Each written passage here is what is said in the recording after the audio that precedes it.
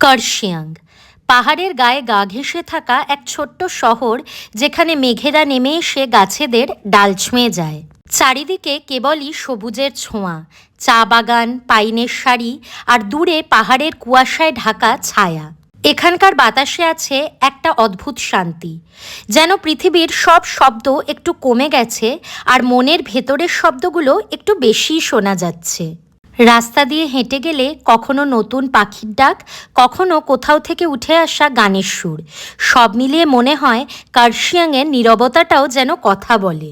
এখানকার সব কিছুই ধীর, হাওয়াও যেন ধীরে চলে, চা খাওয়ারও আলাদা একটা ছন্দ আছে, সময় নিয়ে গল্প জুড়ে, আর কথা বলাটাও যেন মন খুলে নিঃশ্বাস নেওয়া। কার্শিয়াংয়ের সৌন্দর্য এক অনুভূতি যা আপনার মনের মধ্যে গেঁথে যাবে।